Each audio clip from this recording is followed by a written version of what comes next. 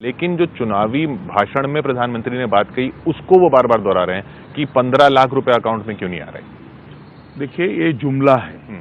किसी के अकाउंट में 15 लाख रुपया कभी नहीं जाता, वो उनको भी मालूम है और आपको भी मालूम है, देश की जनता को भी मालूम है।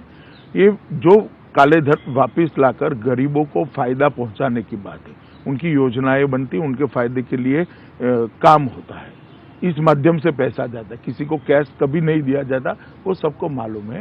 ये भाषण देने का एक तरीका है, एक जुमला है। जो भी काला धन आएगा उसका उपयोग गरीब उपयोगी योजनाओं के लिए होगा, ये कहने का तात्पर्य है। ये आपने आज अगर ये बात केजरीवाल जी नहीं समझ सकते तो मुझे तरस आता है। साफ नहीं, साफ ही है भैया। नहीं, मतलब ये देखिए, किसी के बैंक अकाउंट में कभी पैसा नहीं जाता। मोदी जी का कहने का तात्पर्य ये था कि जो भी काला धन आएगा उसका शुद्ध रूप से उपयोग गरीबों के कल्याण के लिए की योजनाओं में किया जाएगा, और वो जरूर किया जाएगा। अगर किसी ने ये मान के वोट दे दिया कि मेरे अकाउंट में तो 15 लाख आ रहे हैं, जैसा वो कह रहे हैं, ऐसा कोई नहीं मानता जी। आप बताइए ना, आप मानते हैं? नहीं, मैं तो ये मानता हूं कि ये चुनावी भाषण में वजन डालने के लिए बोली गई हुई बात है। इसका तात्पर्य ये है कि हर गरीब को ऊपर उठाने के लिए योजनाएं बनेगी उस धन में से, और वो योजनाओं से गरीब को फायदा होगा। गरीब भी यही समझ रहा है, मगर इनके दिमाग की गरीबी इतनी है कि इनकी समझ में नहीं आता। लेकिन आप भी तो ये जो चुनावी भाषण में बोलते हैं कई वादे, उनको आप भी तो उनको उन्हीं पर घेरते हैं कि आपने वादा किया था आप पूरा नहीं कर रहे। वो भी यही बोल रहे हैं। देखिए, काला धन गरीबों के उपयोग में लाना और उसको किसी जुमले में डालकर बोलना अलग बात है। मैं मकान नहीं लूंगा, ये स्पेसिफिक व्यक्तिगत वादा है। मैं सरकारी गाड़ी का उपयोग नहीं करूंगा, ये व्यक्तिगत वादा है। मैं कॉन्ट्रैक्ट लेबर्स को परमानेंट कर दूंगा, ये व्यक्तिगत वादा है। सरकार जनता चलाएगी, हम लोक दरबार लगाएंगे हर सप्ताह, ये व्यक्तिगत वादा है। ये सारे वादों से मुकरे। मैं 5 साल तक बनारस की जनता की सेवा करूंगा, हारू या जीतू, ये व्यक्तिगत वादा है, ये जुमले नहीं है। लेकिन ये जो कानून है जिसके तहत आप और दूसरी पार्टियां 75-80% जो फंडिंग आती है उसके बारे में न बता सकें, क्योंकि वो नहीं, न बता सके ऐसा नहीं है। देखिए, हमारी मास बेस्ड पार्टी है, ऑल इंडिया पार्टी है, और देश भर में से जो चंदा आता है वो हमारे बैंक अकाउंट में हम रिसीट कराते हैं। इसमें ना बता सके ऐसी कोई बात नहीं है। लेकिन आपको कोई आपत्ति नहीं होगी अगर उनके भी नाम बताने पड़ जाएं सबके? हाँ, तो हमें कोई आपत्ति नहीं, बताते ही है हम। नहीं, वो 75-80% जो 20,000 से नीचे वो नहीं बता पाते ना? नहीं, 20,000 से नीचे है, उनका नाम बताने का ना कोई प्रावधान है, ना बता सकते, इसलिए कि छोटे छोटे कार्यकर्ता छोटी छोटी अमाउंट कलेक्ट करते हैं। हम कोई 50 लाख का चेक लाकर छिपाते नहीं है भैया। ना रात को 12 बजे हमारे अकाउंट में 50 लाख का चेक डिपोजिट हो जाता है और बाद में हम कहते हैं नहीं भाई, हम इनको तो जानते ही नहीं है। एक बात आप मुझे बताइए कि 2 करोड़ का चेक एक दिन डिपॉजिट हो जाता है, 4 चेक आपके अकाउंट में डिपॉजिट हो जाते हैं, जो आपका सबसे बड़ा कलेक्शन वाला दिन है, तो आपका फर्ज नहीं बनता है कि वो देखे वो किसने डाला है? आपका फर्ज नहीं बनता है? जबकि आपने कहा था, श्री योगेंद्र यादव की प्रेस कॉन्फ्रेंस मैंने स्वयं देखी है कि 10 लाख से ज्यादा चंदा देने वाले व्यक्ति की विषय को और चंदे को हम पॉलिटिकल अफेयर्स कमेटी, जो उनकी हाईएस्ट बॉडी है, उनके सामने रखेंगे, वो अप्रूव करेगी, बाद में 10 लाख का चेक डिपॉजिट होगा। तो मैं मान लूं क्या कि पॉलिटिकल अफेयर्स कमेटी ने 50 लाख के चारों चेक जानबूझकर जांच कर डिपॉजिट करवाए हैं? अब इन सारी बातों में इधर उधर का रास्ता ढूंढना ठीक नहीं है। वो पकड़े गए हैं और वे साफ है कि काला धन सफेद करने के लिए इन कंपनियों का उपयोग किया गया है और उसको चुनाव के उपयोग में लिया गया है। तो वो उनके वॉलंटियर्स ने जो प्रेस कॉन्फ्रेंस की, उसके 4 घंटे बाद आपकी भी प्रेस कॉन्फ्रेंस हो गई, और जैसा आपने कहा कि आरोप की उन्होंने काला धन सफेद किया, इन कंपनियों के जरिए किया है। वो तो चलो चुनाव में है, वो भी उन पे जो एक्शन होना चाहिए, कानून अपना काम करेगा, लेकिन कंपनियों पे तो एक्शन लेना चाहिए ना आपकी सरकार को। इन कंपनियों को कोई पकड़ नहीं रहा? नहीं, जरूर लेगी। अभी 2 ही 3 दिन हुए हैं और इसको चुनावी कलर न मिल जाए, इसलिए शायद सरकार राह देखती होगी। आप 7 तारीख के बाद देखिए, जरूर एक्शन लिया जाएगा। लेकिन क्या एक्शन इसलिए रुकना चाहिए कि कहीं उसका चुनावी फायदा न ले जाए विपक्ष? फायदे नुकसान का सवाल नहीं है। अब जो फैक्ट है, इरिवर्सिबल फैक्ट है। फैक्ट दुनिया के सामने आ गया है, सरकार के सामने आ गया है, पब्लिक डोमेन में आ गया है, उसको कोई बदल नहीं सकता।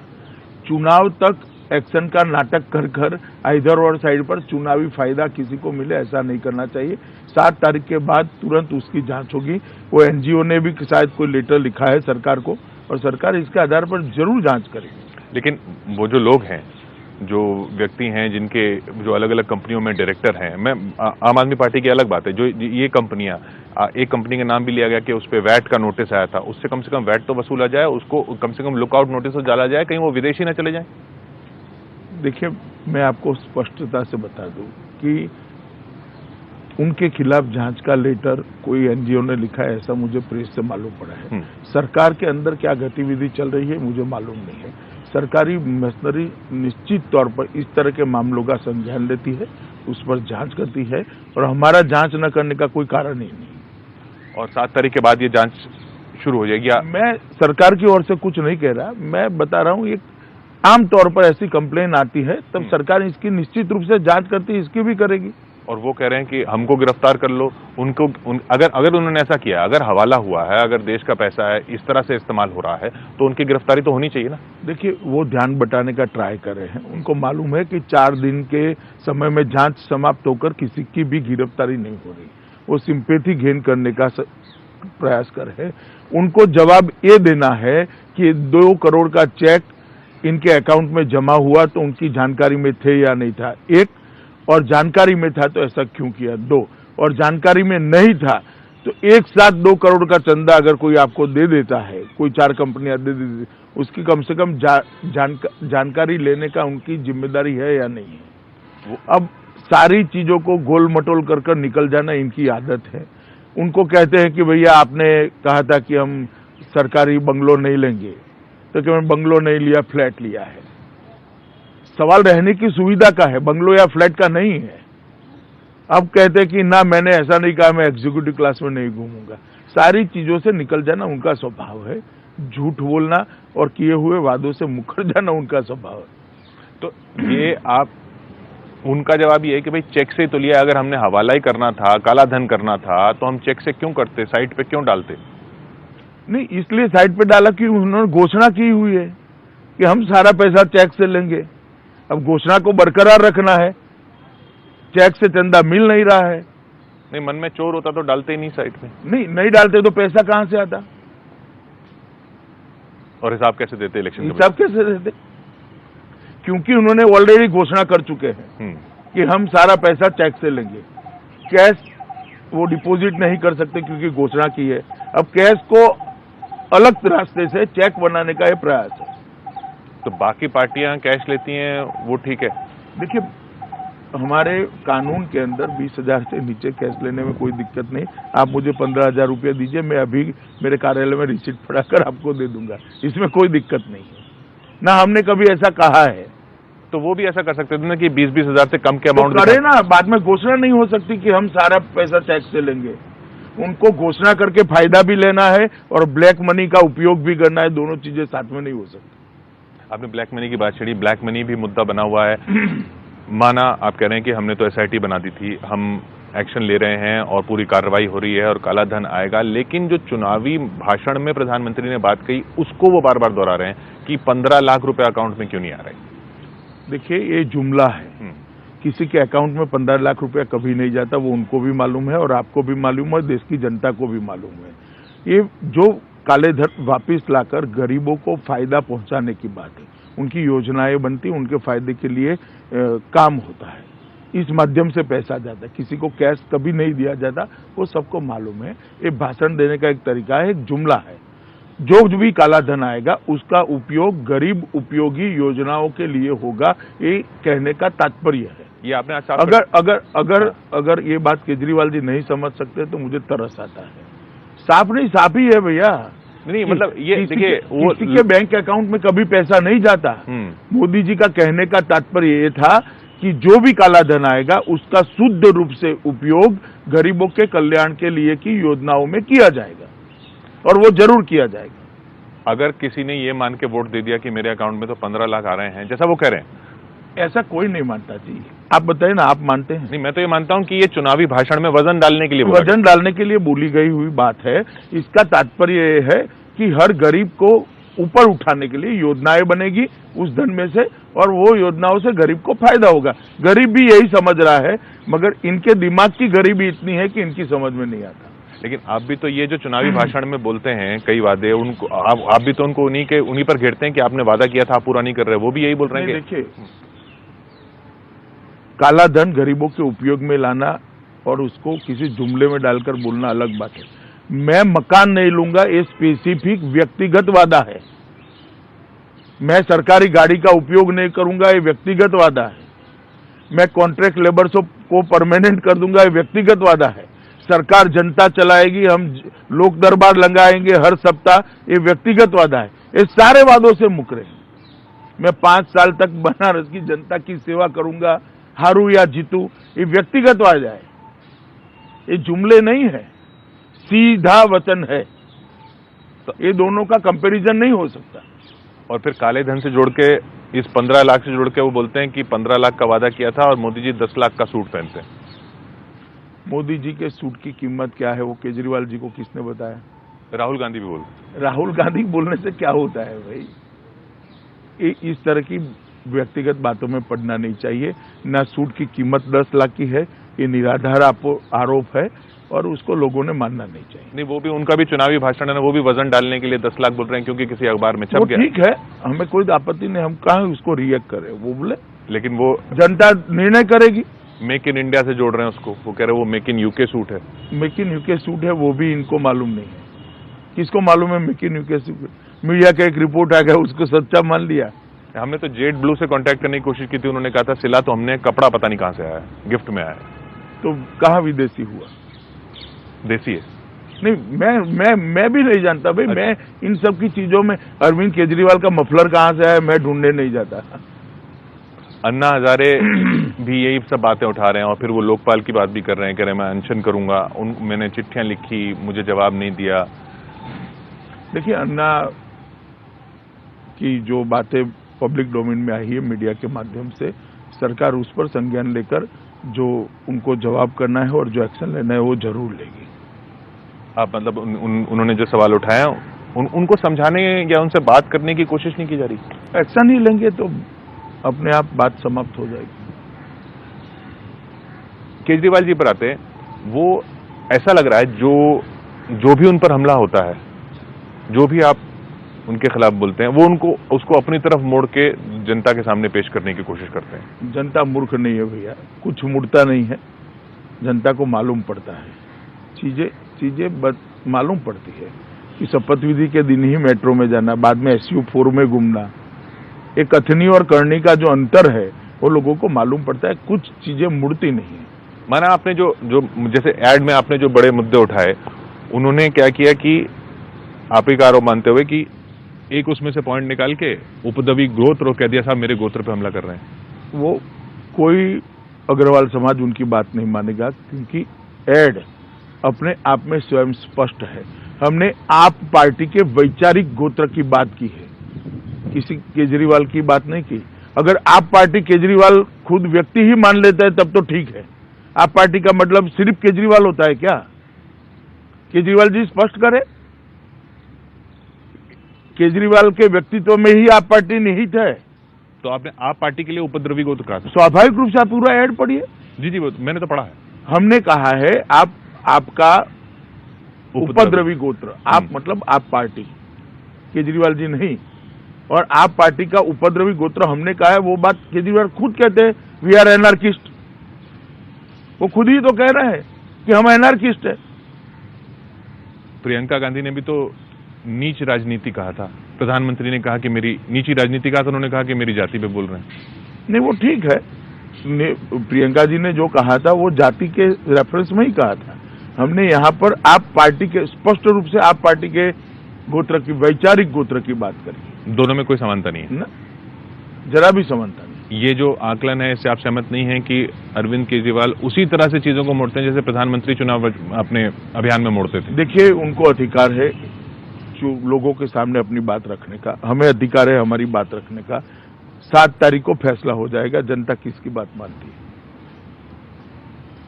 अमित शाह जी, आप पार्टी अध्यक्ष हैं, ये जो खबरें आती हैं घर वापसी, बच्चे पैदा कर लो, इन सब का कितना फायदा मिलता है वोट में? देखिए, मैंने कहा कि पहले भी कहा है, आज भी कह रहा हूं कि ये पार्टी के जो लोग भी बोलते हैं उनका व्यक्तिगत बयान है। फिर भी क्योंकि वो पार्टी के सदस्य है, मैंने उनको चेतावनी भी दी है, कुछ लोगों से जवाब तलब भी किया है और अब बंद हुआ है। मुझे लगता है मीडिया ने भी अब बातों को खुरेदना नहीं चाहिए। साक्षी जी ने फिर परसों कुछ कह दिया कि क्या कहा कि आप फिर बाद में कह रहे हैं कि नहीं, मैं तो मोदी जी का सिपाही हूं। इस तरह की कोई कंट्रोवर्शियल बात नहीं है उसमें। इससे चुनावी फायदा मिलता है? चुनावी फायदे के लिए ऐसा करना ठीक नहीं है। हमने ये चुनाव के वक्त नहीं हो रहा है, पहले हो रहा था, फिर भी हमने उनको संयम बरतने के लिए चेतावनी भी दी है और जो नहीं माने उनको नोटिस भेजकर जवाब तलब भी किया है। और मैं मानता हूं कि अब जिनको समझना है वो समझे। पर आपका तो ऐसा बिल्कुल आयरन कंट्रोल माना जाता है पार्टी पे, उसके बावजूद क्यों बोल जाते हैं? ये पार्टी डेमोक्रेटिक पार्टी है, किसी का आयरन कंट्रोल नहीं हो सकता।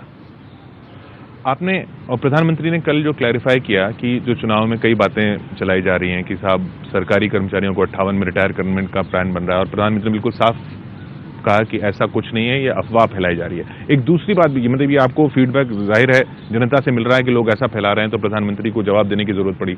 दूसरी बात भी कही जा रही है कि जो एलपीजी गैस की सब्सिडी है वो सिर्फ बीपीएल को देने वाली है सरकार। नहीं, ऐसी कोई योजना नहीं है। ये वोट पाने के लिए बहुत नीची कक्षा की हरकतें हो रही है। मैं तो अपील करना चाहूंगा, जो लोग भी ऐसा करते हैं इनसे परहेज रखना चाहिए। पर आपको नहीं लगता कि सीधा आम आदमी पार्टी को अटैक करना, अरविंद केजरीवाल को अटैक करना, इस रणनीति से उनका कद बढ़ता हुआ दिखता है? देखिए, हमारा काम है कि उन्होंने जो वादे किए थे और जो वादे पूरे नहीं किए वो लोगों के सामने रखने का। उसके साथ साथ हम सरकार ने क्या किया वो भी रख ही रहे हैं। हम निश्चित रूप से जनता को कह रहे हैं कि सरकार ने महंगाई को कम किया है। हम निश्चित रूप से कहेंगे मेक इन इंडिया योजना के द्वारा रोजगारी जनरेट होगी। स्किल डेवलपमेंट की जो योजना है हमारी, उसके द्वारा रोजगारी बढ़ेगी। मेक इन इंडिया के द्वारा रोजगारी बढ़ेगी। बाकी सब अच्छी चीजों को भी हम लोगों के सामने रख ही रहे हैं।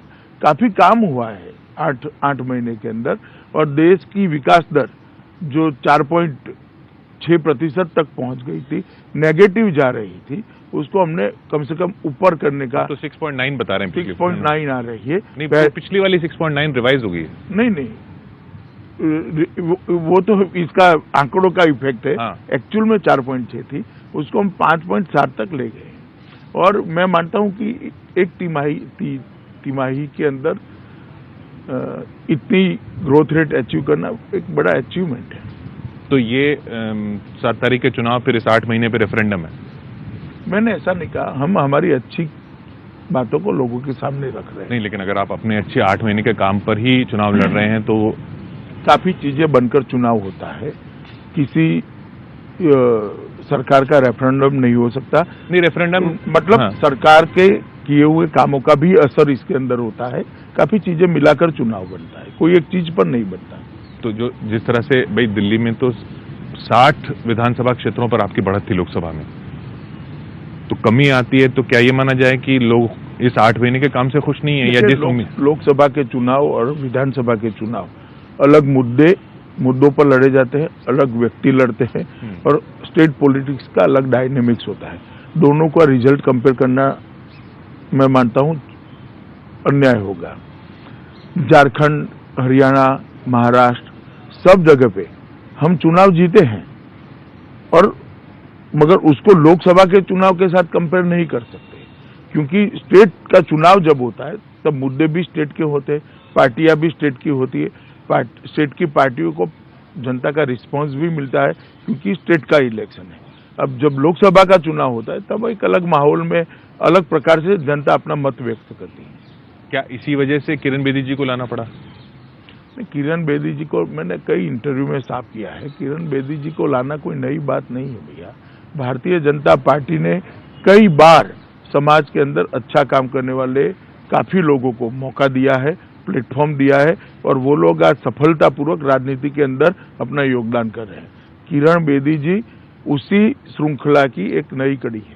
जैसे आपने बताया कि राज्यवर्धन सिंह राठौर सीधे ले आए, नवजोत सिंह सिद्धू जी भी ऐसे ही आए थे, चेतन चौहान आए थे, कभी जसवंत सिंह आए होंगे, हाँ। जनरल खंडूरी आए होंगे, जनरल खंडूरी आए थे।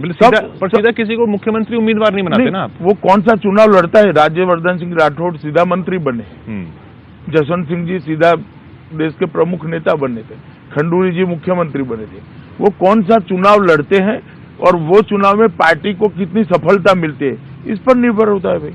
आपस में कोई झगड़े नहीं थे, जैसे ये कहा जा रहा है कि अब दिल्ली प्रदेश में इतने देखिए, झगड़े थे। स्वाभाविक रूप से